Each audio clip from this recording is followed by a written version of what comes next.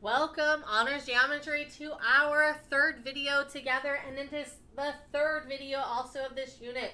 We are continuing on today with factoring, and we're going to talk about a special type of factoring, which is known as difference of squares, or you're going to hear me say DOS. D-O-S, that's abbreviation for difference of squares. A lot of times here in math, you're going to hear a lot of different abbreviations, and you're going to be like, why am I hearing all these abbreviations?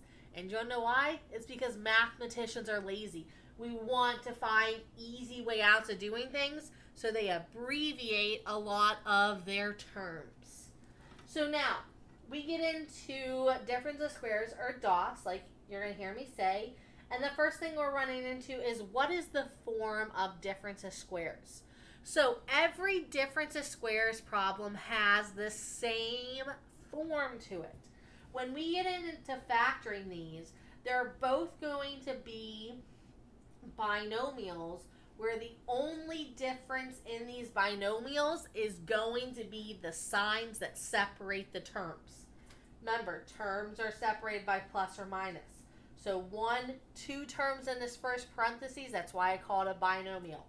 In the second parentheses, one in front, one after, again, two terms, it's a binomial. Now, how do I know what's going to fit in these binomials?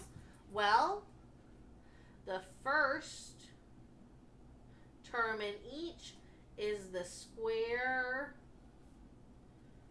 root of first term. So when we get down to our problems that we see like here in number 1, okay, the square root of this first term, if it would be a difference of square problem, which we'll talk about here in a second, would go right there as the first terms in these binomials. Your second in both of these binomials or parentheses is going to be the square root of the second term.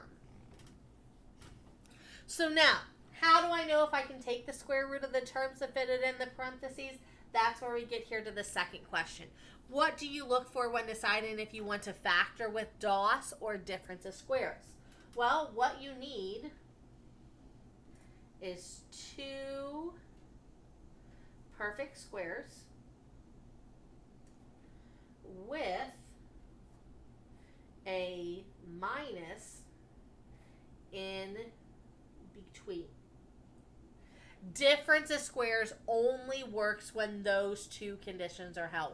Both of your terms in your original problem have to be perfect squares, and you have to have a minus in between. So now, let's go through these first set of problems, and we're just going to identify, are they difference of squares? Would they work? Well, here on A,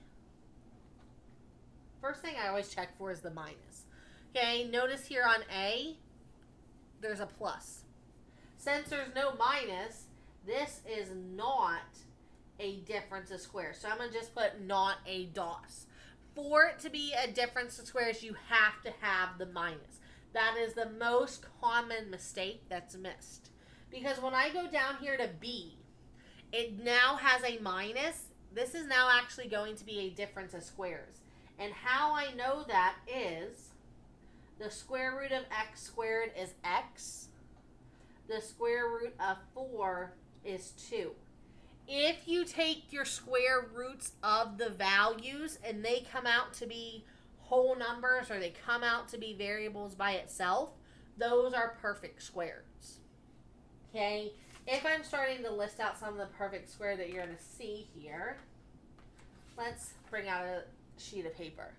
Okay, some perfect squares. If we talk about them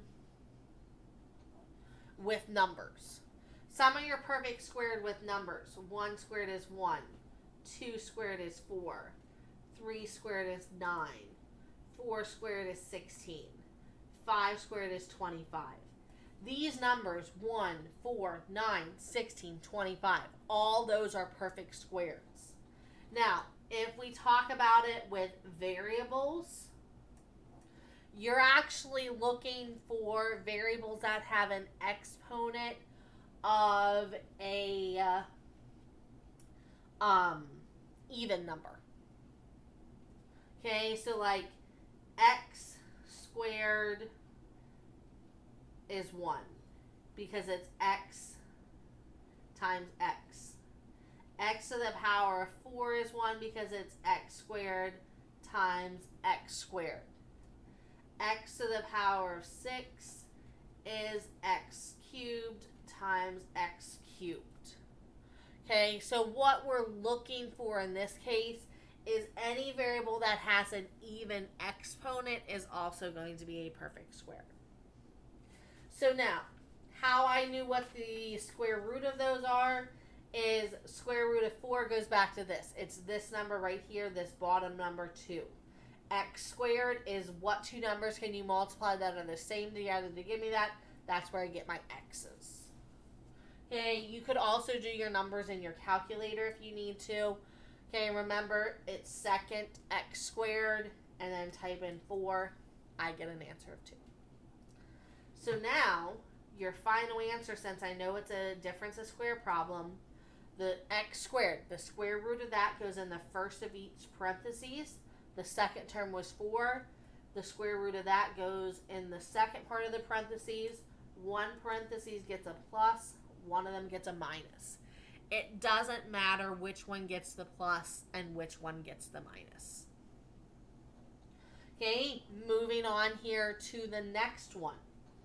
Okay, so first off, 16 is under our list of perfect squared, so I know that one works. Square root of 16 is actually 4. I could go in the calculator. Now I'd be asking myself, the square root of 4x to the 4th. Take the square root of everything separately. Is 4 a perfect square? The answer is yes, it's 2. Is x to the 4th a perfect square? The answer is yes, because it has an even exponent. X to the 4th is x squared times x squared. So the square root, really, of x to the 4th is x squared. It's what terms did you multiply together that are the same? 2x squared. Okay, they're both a perfect square, and they have a minus in between.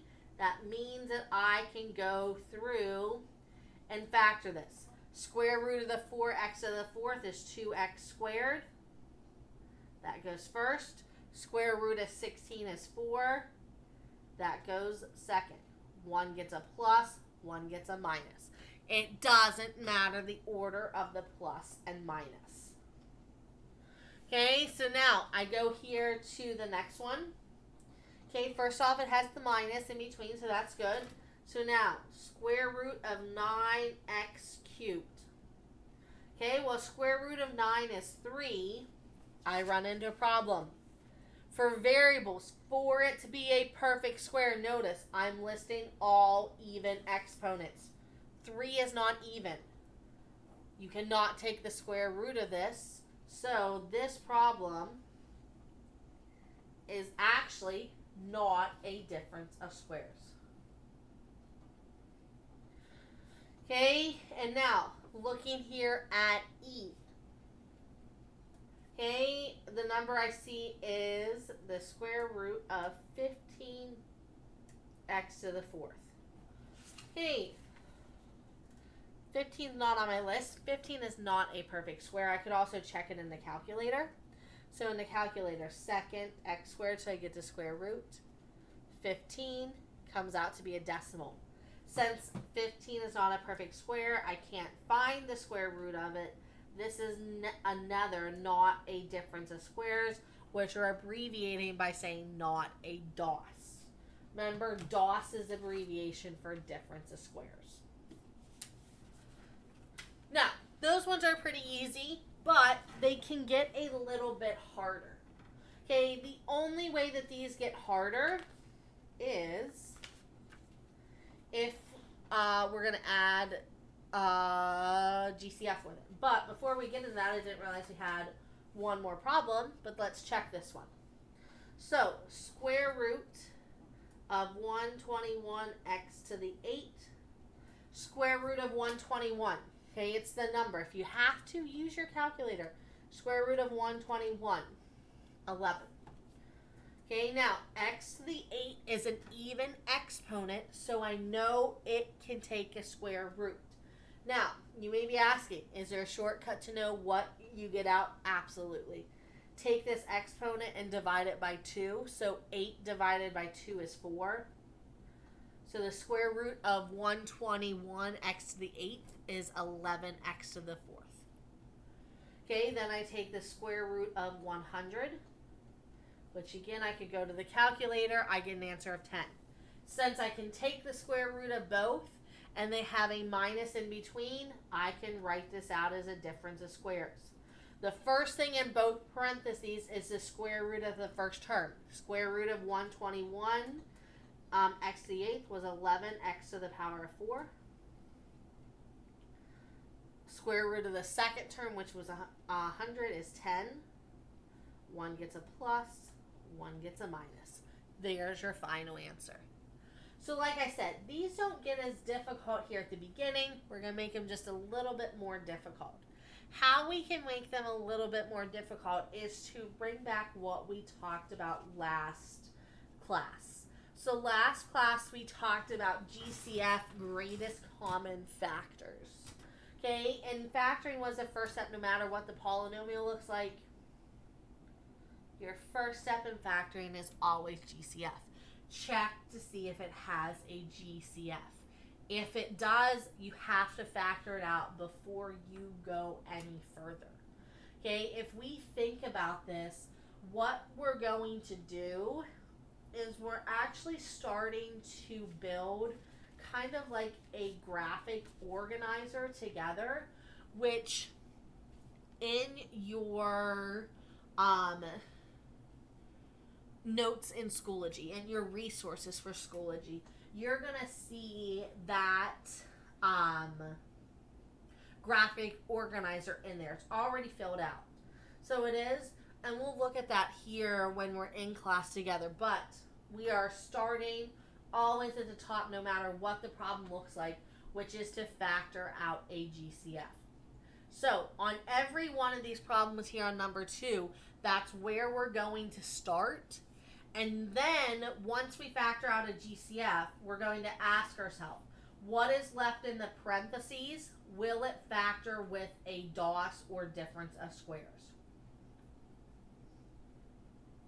So now, looking here at A under number 2. Okay, hopefully your GCFs are standing out a little bit more.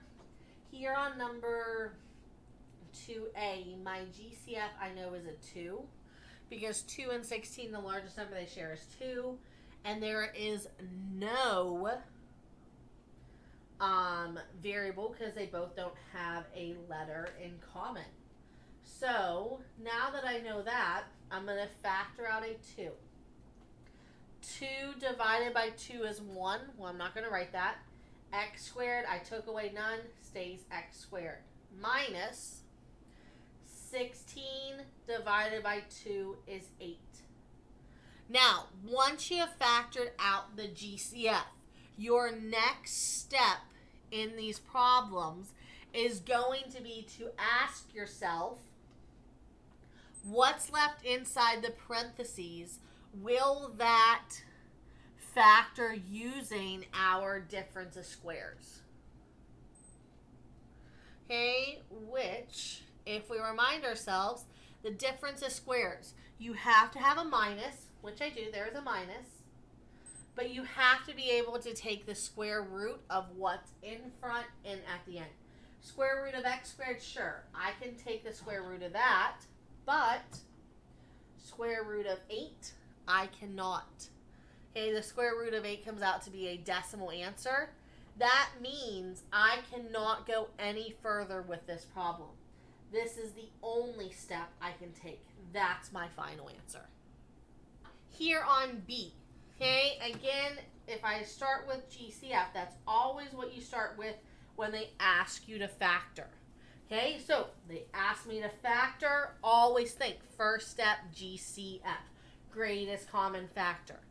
Okay, well, if I would list out my factors, if you have to, you can always list out your factors. Okay, I know that my numbers are 4 and 64. Factors of 4, 1 and 4, 2 and 2. 64. I have 1 and 64. I have 2 and 32. I have 3, well, 64 divided by 3 is a decimal, so 3 doesn't work. I have 4 and 16.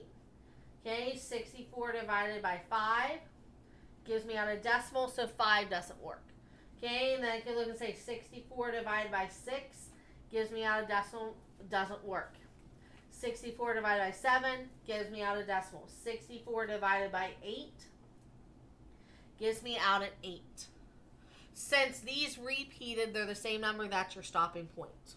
Okay, so now they both share a 4. I can divide out a 4. Now, variable-wise, I cannot factor out a variable because they both don't share a variable in common. So now, factoring out a 4. 4 divided by 4 is 1. Well, I'm not going to write a 1. X squared divided by nothing. We didn't take out any x's, so it stays x squared. Minus 64 divided by 4 is 16. Now, once you've taken out your GCF, you still need to go through that next step. Ask yourself, okay, is there a difference of squares inside that parentheses? And in this case, the answer is yes. How I know there's a difference of squares is square root of x squared is x. Square root of 16 is 4. So they both have a square root and a negative in between. So your final answer when you can do both a GCF and a difference of squares. The GCF goes clear out in your front. For your difference of squares, you have your 2 parentheses. Your first remember, first thing in your parentheses is the square root of the first term. Square root of x squared is x. Square root of your last thing, which is 4, because it's the square root of 16, goes there, plus minus. There's your final answer. That's really as hard as these get. Take out a GCF, and then you can go a step further for difference of squares. Okay, you're going to realize when you get to these factoring ones, the biggest thing is practice. Okay, looking here at the next one. Okay, first thing, they asked me to factor, so I always check for a GCF to begin with. Okay, out of 3 and 27, my GCF is a 3. I have x to the power 3 and x, so they both share an x. And my highest exponent is right here at the 27, which is just a 1. So now that I have my GCF, let's factor it out. So I'm going to give you a second, factor it out, and see if you get the same answer as me. Wait, so you've had time to factor out the GCF. Let's see if you got the same answer as me. 3 divided by 3 is 1, which we don't write the 1. We had 3 x's, we took away 1, so we had 2 left, so it's x squared. 27 minus, put in there, 27 divided by 3 is 9. Had 1x, we took away, so we had none left. So now the big thing is, once you factor out the GCF, what was left in the parentheses, you now want to check to see, is it a difference of squares problem? So, the first term was x squared. Can I take a square root of it? Yes, we get an x. Okay, the second term was 9. Can I take a square root of it? Yes, we get a 3. And then in between is a minus. Remember, for difference of squares, you have to be able to take the square root and have a minus in between. So, this one is a difference of squares. Write your GCF. Now have our 2 parentheses for a difference of squares. First thing in the parentheses, the square root of the first thing was x. Square root of my second was 3. 1 gets a plus, 1 gets a minus. Doesn't matter the order. So there would be my final answer. Okay, so now I go down here to D. Okay, my numbers are 5 and 3. Okay, stop stop and ask yourself, do you think there's a number that they share in common? The answer is sure. They share 1, but remember, 1 means no GCF. And then I go down here, and I look and say they both have an x. Lowest exponent is 2. So my GCF on this one is just x squared. Take x squared. Now, 5 divided by, there's really a 1 there, stays the 5. There's 4 x's. We took away 2, so there's 2. Plus, 3 divided by that is 3. 2 x's we took away 2. There's none left. Now, once we take out the GCF, the question is there a difference of squares? And the answer is no. I'm not even going to check the square root. I know there's no difference of squares because this is a plus. For it to be a difference of squares, it has to be a minus. This then is your final answer once you've taken out the GCF. Okay, going here to E. X squared plus 1. Okay, first off, there's no GCF. Okay, there's no GCF. I'm going to put none. That's because the numbers that they both have are 1, and they both don't have a variable. Now, is x squared plus 1 a difference of squares? Absolutely not. X squared plus 1 has a plus to it. Remember, for difference of squares, you have to have the minus. So really, this one stays x squared plus 1. Okay, going here down to F. Okay, again, starting with the GCF. Okay, my numbers are 4 and 4. I can take out a 4 out of both of them, so my GCF is 4. I can't do anything with the x's. So taking out the GCF of 4. 4 divided by 4 is 1, which I'm not going to write. It says x squared. Minus 4 divided by 4 is 1. If you have no variables with it, you do want to make sure that you write that as 1. If you had 2 terms here, remember when we talked about GCFs, you should have 2 terms left in your parentheses. Okay, if you always divide it by the same, just show it with a 1. I did not put a 1 here, which I'll put a light one there, because I had a variable after it. Now the question becomes, is x squared minus 1 a difference of squares? Let's check. Square root of x squared is x. Square root of 1 is 1. And there is a minus in between. So yes, since both of them have a square root and there is a minus in between, this is a difference of squares. So I write my GCF first, and I have my 2 parentheses for difference of squares. First thing in both parentheses is the square root of the first term. Square root of x squared is x. Last thing in both is the square root of that second term, which is 1. 1 gets a plus, 1 gets a minus. And there would be our final answer. Okay, now continuing on. Going to the next problem. Okay, my numbers are 6 and 24. Okay, if I go and work out 6 and 24, I would realize that my GCF is I can take out a 6 out of both. And now, one of them has an X, one of them has a Y. They both don't have one of each, so the GCF only is a 6 in this problem. So dividing out a 6. 6 divided by 6 is 1, but since there's an X to the 4th, I'm not going to put that 1. Minus 24 divided by 6 is 4, and then I have the Y squared. So now the question becomes, is inside of the parentheses a difference of squares? How I'm going to check. Take the square root of that first. Take the square root of the second one. Square root of x squared. Remember, if it's an even exponent, it is a perfect square. You take the exponent divided by 2 to give you the answer. 4 divided by 2 is 2. Square root of 4 is 2. Even exponent again, y squared. 2 divided by 2 is 1, so it's just 2y. So, since they both are perfect squares or can find the square root of them, and there's a minus in between, this is a difference of squares. Write our GCF first, our 2 parentheses. Square root of x to the 4th is x squared. Square root of 4y squared is 2y. One gets a plus, one gets a minus. It doesn't matter the order. And there would be my final answer. The big thing is to remember that you need to have the GCF out in front the whole way through. Okay, here on H. Okay, if we start again, always start with GCF. GCF.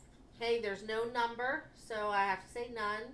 And there's also no variable. So none is it altogether. This has X's, this has Y's. So now, if I know there's no GCF, always then check for a difference of squares. Okay, x to the fourth, it's an even exponent. It's a perfect square. To figure out what the square root of it is, take x, then take the exponent divided by 2. 4 divided by 2 is 2. Square root of 121 is 11. Y to the fourth, it's an even exponent. Divide the exponent by 2. 4 divided by 2 is 2. So now, since there's a minus in between, this is a difference of squares. Square root of that first term is x squared. Square root of the second one is 11y squared. One gets a plus, one gets a minus, and there is your final answer. Okay, difference of squares, just like GCF. The more you practice, the better you get. Okay, if you have any questions, please reach out to me. Ask them in the video. Ask them in class. Okay, ask them if you have to in office hours. There is a lot of chances for you to reach out to me for you to get help on these problems. Don't get behind now. You're going to see factoring all year, so you are in this class. Okay, see you next time, Honors Geometry. Have a great day.